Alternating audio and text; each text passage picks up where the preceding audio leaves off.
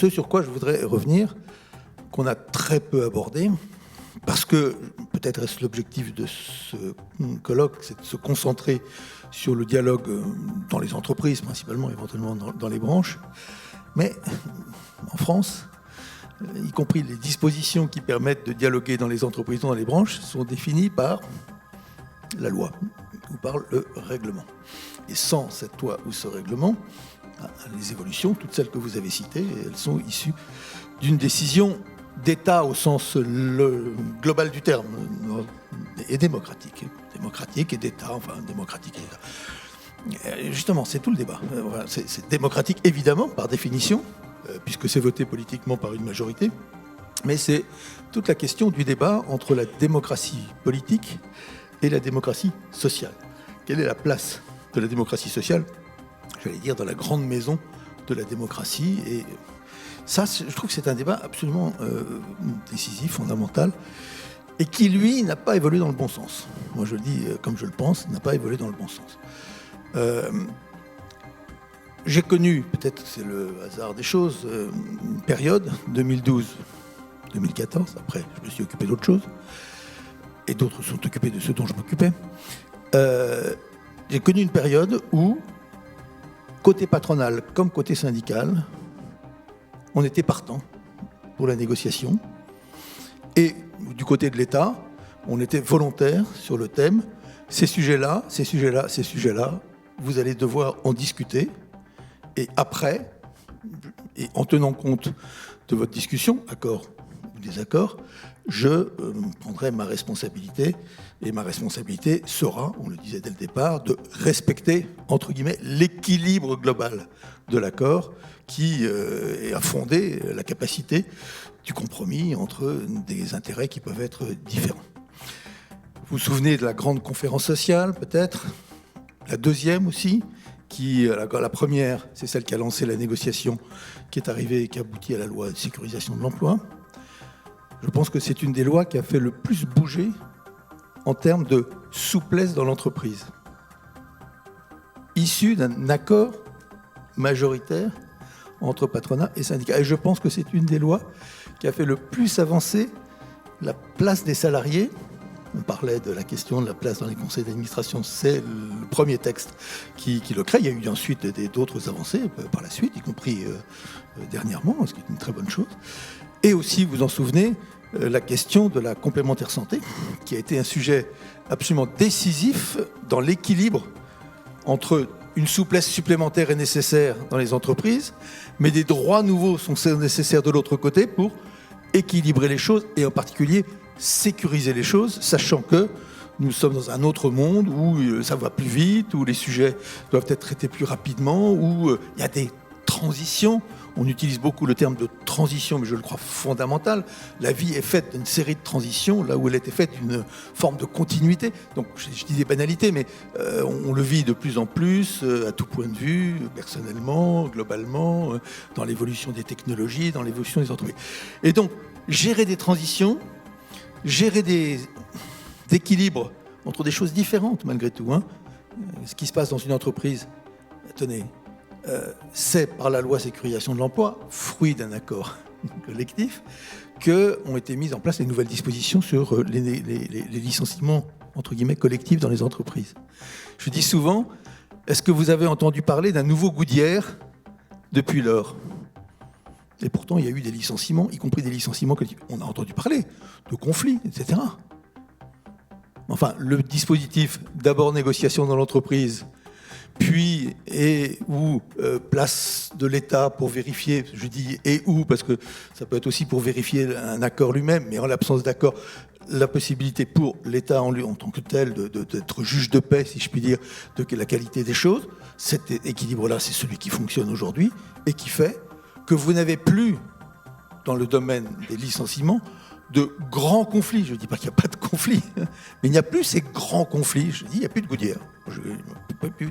Bref, ça, c'est le fruit d'une négociation entre les partenaires sociaux, portée ensuite par le gouvernement devant une assemblée. Et un des débats les plus passionnants que j'ai eus à l'Assemblée nationale n'était pas tellement sur est-ce que telle disposition est bonne ou telle disposition n'est pas bonne, c'était le débat que disaient les parlementaires disaient, mais enfin quand même, c'est moi qui fais la loi, j'ai bien le droit de l'amender, de changer les choses si ça ne me convient pas.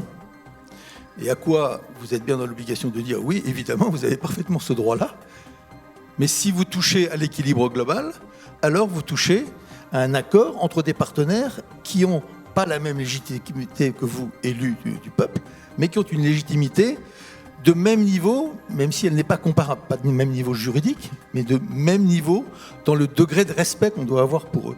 Ça, c'est pas si simple, parce que vous avez des oppositions des deux côtés.